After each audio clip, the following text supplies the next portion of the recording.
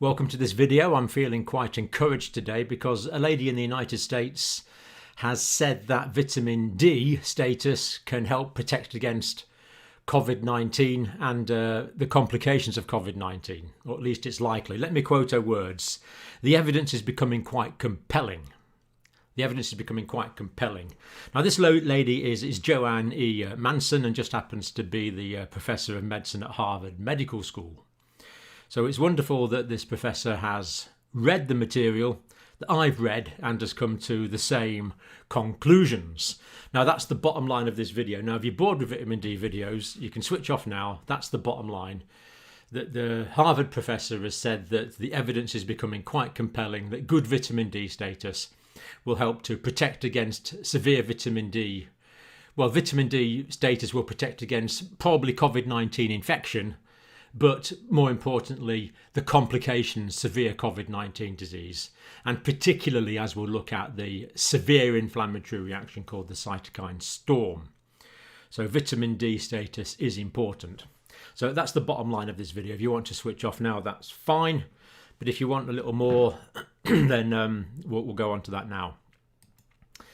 Now, does vitamin D protect against COVID-19 is the question. And this is published on Medscape, which is a very reputable site. So don't take my word for it. Listen to it firsthand. The video is there. So the evidence is becoming quite compelling. And as well as being professor of medicine at Harvard, she's a specialist in a division of preventative medicine at Brigham and Women's Hospital in Boston, Massachusetts. So she's into preventative medicine as well. So am I, but she's a professor of it. That's the difference. I'm just a hack teacher. But it's good to get people reading. The point is she's reading the same material that we've been considering for some time on this video. And she's coming to the same conclusions. And to me, that's remarkably reassuring. Now, she points out in her talk that what's already known about vitamin D status, well, it's important for bone health. And cardio, that's the heart, and metabolic, that's the whole metabolic processes going on in the body. It's important for all of those physiological processes. And we also know it protects against colon cancer. It's implicated in multiple sclerosis, all sorts of things like that. Now, the reason I stumbled there was I was thinking, I remember that someone emailed me and said, you're pronouncing vitamin wrong. Now, I've spent a little time in the States, not much, but I believe vitamins in the States is pronounced vitamin. So in the States, you would take vitamin D, and in the UK, you would take vitamin D. Believe me, it's the same molecule. It's exactly the same thing. So yeah, I pronounced vitamin wrong. Sorry about that, but there you go. But we all do over here, so, we can't help it. So Professor Manson is saying vitamin D status may be more important now than ever because it's probably linked to the risk of developing COVID-19 infection and the severity of the disease. So she's come to the same conclusions that I have. Innate immunity boosts immune function against viral illness. So vitamin D is important for innate immunity. Now, innate immunity is the form of immunity that works against a wide variety of potential infections, as opposed to specific immunity, which only acts against one particular virus or bacteria. But she's saying it boosts innate immunity and boosts immune function against viral disease. And of course, this is a viral disease. So that is exactly what we want. Excellent. Now, it also has an immune modulating effect on this talk. Now, modulation means making the immune system work harder or making the immune system work not so hard. Now, this is important. So the immune system is actually it's amazing. And it can be absolutely ruthless and vicious by eradicating a virus or a bacteria from the bacterial infection from the body. But if it goes wrong, it can also damage the body itself because it's such a vigorous response. It's such an amazing response. So it needs to be modulated. And of course, well, not of course, but it's true that in the body we have different white blood cells, lymphocytes, for example. And we have suppressor lymphocytes and we have helper helper T lymphocytes. It's the helper lymphocytes that are affected in HIV infection. But we also have suppressor lymphocytes that damp down the immune system. So we have cells that boost up the immune system, and because it's such a potent thing, we have cells that dampen it down as well. And vitamin D status is important in this immune modulating effect, because what we want is just the right amount of the immune response, and then when it's finished we want it to switch off or to down-regulate, and that's what this is doing. It's immunomodulating.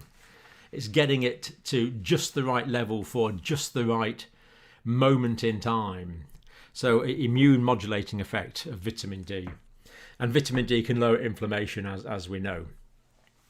And this may be relevant to the respiratory response with COVID-19 and this cytokine storm. Now, cytokines are chemicals released by cells. Cells. Kine means movement. So cytokines are released by cells and they affect other cells. So cytokines are released by some cells, and that then stimulates the inflammatory immunological response in other cells. But of course, we want just the right amount.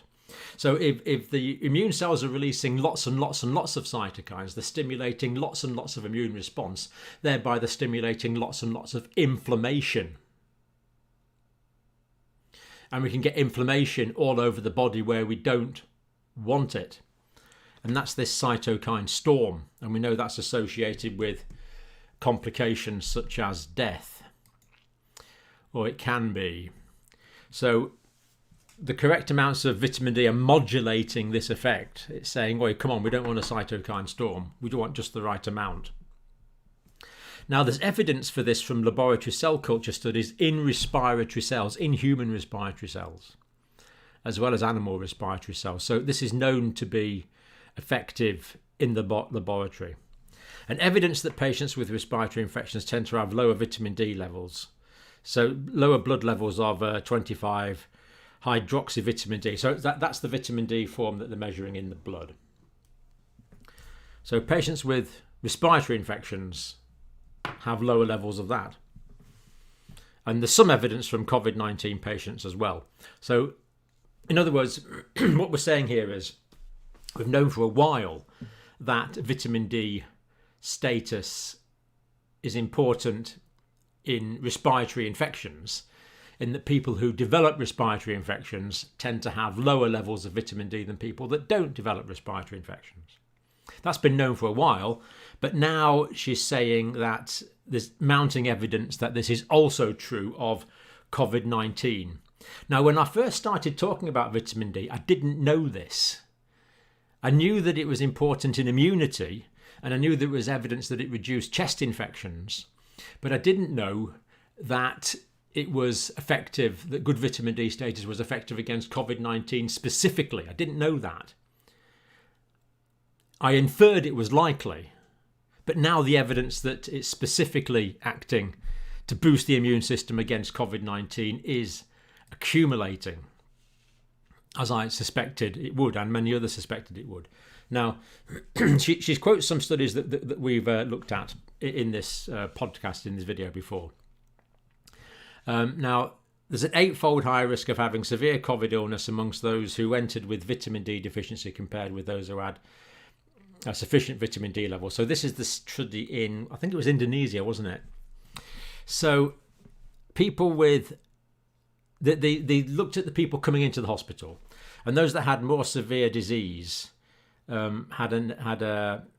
was an 8-time higher risk of severe disease in those with the lowest amounts of vitamin D compared to those with the highest amounts. That's what it was. They compared the lowest with the highest. And the people with the lowest amounts of vitamin D had an 8-fold greater risk of having severe COVID disease. And we did look at that a week or two ago. Supplementation was associated with a significant reduction in respiratory tract infections. And we also noticed when we looked at this study that they needed many less antibiotics to treat the bacterial infections as well as the viral infections. And this study was showing a 12 to a 70% reduction in respiratory infections with vitamin D supplement. Why such a wide range? Well, people that already had reasonable amounts of vitamin D only got a 12% benefit. But people with low levels of vitamin D got a 70% benefit.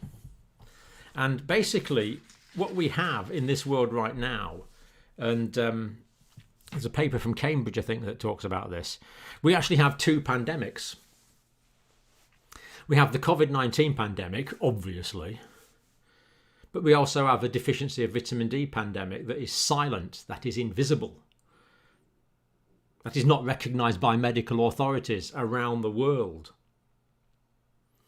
Because we know that in Central Europe, anyway, countries like the UK, Germany, France, Belgium, about 40% of the population are deficient in vitamin D. In the United States, it's 42% of the population are deficient in vitamin D. And of course, this greatly rises the darker the colour your skin is, because the vitamin D is made in exposure to sunlight. So if 40% of Americans and Europeans are deficient in vitamin D, can we conclude that 40% of Europeans and Americans have a suboptimal immune system? In my view, yes. Anyway, we're not talking about my view today. We're talking about Professor Joanne Manson's views. I do hope I'm not misrepresenting her. Do watch the video for yourself, and if you'd want to talk to me, of course, I would be delighted. So anyway, the word direct quote from the article. So the evidence is becoming quite compelling. So that was interesting. So she said, encourage our patients to be outdoors and physically active while maintaining social distancing, of course. Exercise is important, sleep is important for immunity, and sun exposure is important. Now, the reason I look old is not because I'm old. I mean, I am a bit old, but that's not the reason I look old. The reason people look old is because the sun causes the skin to age. This is called photoaging. So if you look at parts of your body, so if you look at parts of your body that aren't exposed to the sun quite a lot, then the skin on your bottom, for example, will often look younger than the skin on the back of your hands because it's exposed to the sun less. So a lot of people have kept out the sun because it's known to cause photoaging. And of course, sunburn and excessive sun is also known to cause malignant melanoma. Now, I've seen quite a few patients die of malignant melanoma. It's horrendous. It can metastasize. It can spread. The tumour can spread from an initial site in just a few weeks and spread to other sites in the body. So anything on your skin that is changing or growing or becoming pigmented, get a dermatology person to look at it. I know in Australia they're very good at this. They have specialist dermatology nurses, and you can go in and they'll just look over you, and they're so experienced they can recognise anything suspicious very quickly. But that's associated with sunburn and excessive sun exposure, whereas we're often under sun exposed. So what I do personally is I put on a hat and I put some sun cream on my face, because that's old enough already, and get some sun on the rest of me that's not normally exposed to the sun. And that's the way I do it. So sort of get as much body exposure as you can. Find a modest place and get some sun exposure. That's what I do. And also we'll talk about supplements. Now, diet. Now, I agree with her on this, but diet for most people is only about 10% of the vitamin D that our body uses. About 90% comes from the sun. So read the food labels. That's simple. Read the food labels.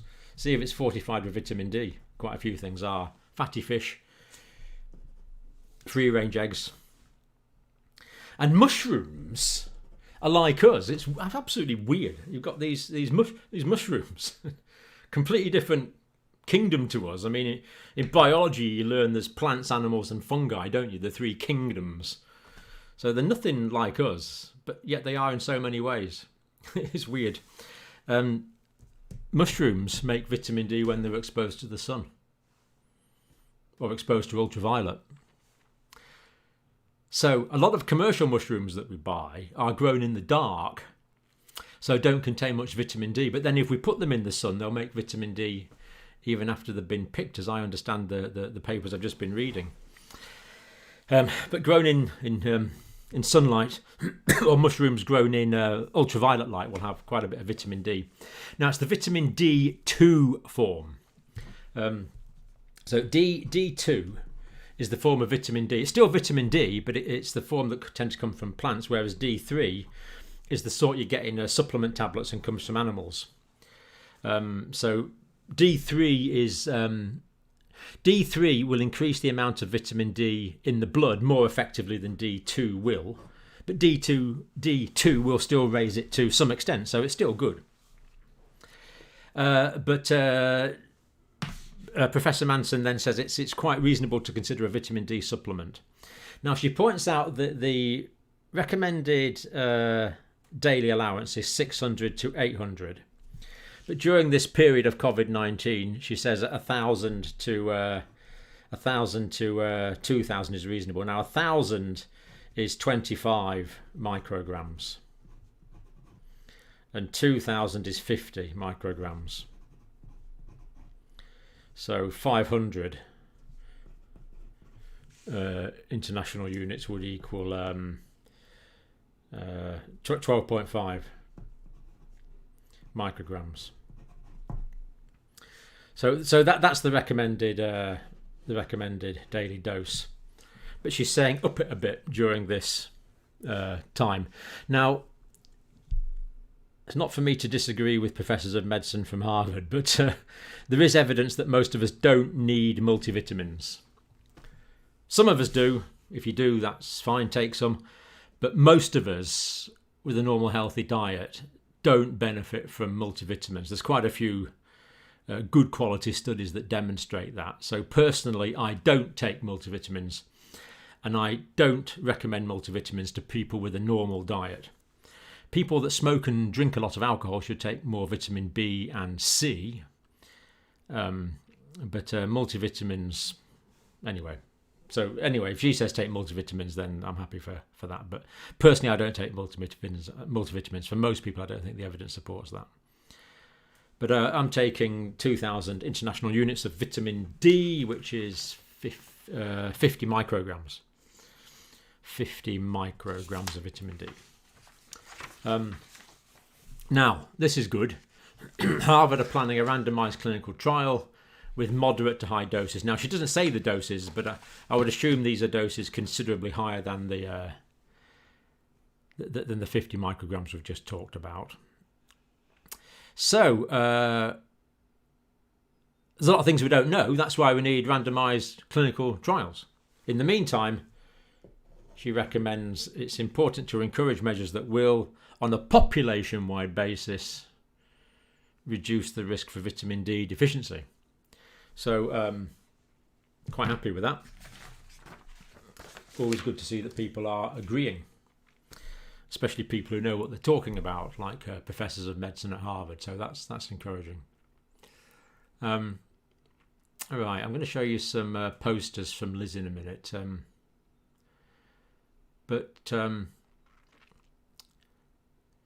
I mean, basically, less people are watching these videos now, so that's okay. That's fine. But I do feel that what I've talked about in terms of the vitamin D pandemic could potentially have has the potential to save one person's life, I believe. Not me, of course. It's you that's operationalizing this. I'm just a hack teacher. You're actually taking this out there into the real world and encouraging exercise and vitamin D and things like that. But I really do believe it could have saved someone's life. And if this video series has done that, then I'm more than happy. I'll go back and work a couple of shifts a week at the local hospital and dig my allotment the way I was doing before I started doing these videos. Anyway, plan to carry on for now if people are still watching. But I'm not discouraged that they're becoming less popular. But you know, maybe next year when I'm digging my allotment, God willing, if I'm here next year, you know, I'll know that there's or working my shift as a staff nurse on A&E or whatever I'm doing. I'll know that there could be someone alive that wouldn't have been alive apart from these these videos, and if one person's benefited, I'm happy. Now, enough of that. Let's look at Liz's excellent infographics. Now, I just love infographics. Infographics gives you information without the use of language. And this is why I'm so grateful to Liz for doing these. Liz Gould, who's done these. And Liz Gould has been remarkably generous. So she's given her expertise to make these graphics. Now, they look simple. And if they look simple, that means they're actually really hard to do. It's hard to make things look simple. She's made them available. So you can go, I'll put a link, you can go to my website, you can download them. Can you make a poster of them, put it on the wall? You know, Liz has gone to all the trouble of doing these, so please use them. And put it on the wall of the staff room or whatever, and get people to look at them. That's why she's done them. So here we have the sun in the middle. Most of our vitamin D, 90% of the vitamin D comes from the sun. Yeah. You can read this. Less bacterial, viral infections. More people with dark coloured skin in the United States have vitamin D deficiency compared to people with lighter coloured skins. So there's a whole gradation of us. These ones here, these lighter coloured ones, they get sunburned quickly, but they make vitamin D more quickly as well. These darker coloured ones can be out in the sun all day and not get sunburnt, which is great, but they also produce vitamin D much more slowly. So there you go. Put it on your wall. And this shows what we were talking about, the immunomodulating effect. So we don't want this ARDS where the alveoli fill up with fluid, because that'll kill someone. And this is caused by the excessive immunological reaction. We want that reaction immunomodulated. So we don't want it too hot, we don't want it too cold. We want it in the Goldilocks zone. And vitamin D can help the immune system to be in the Goldilocks zone.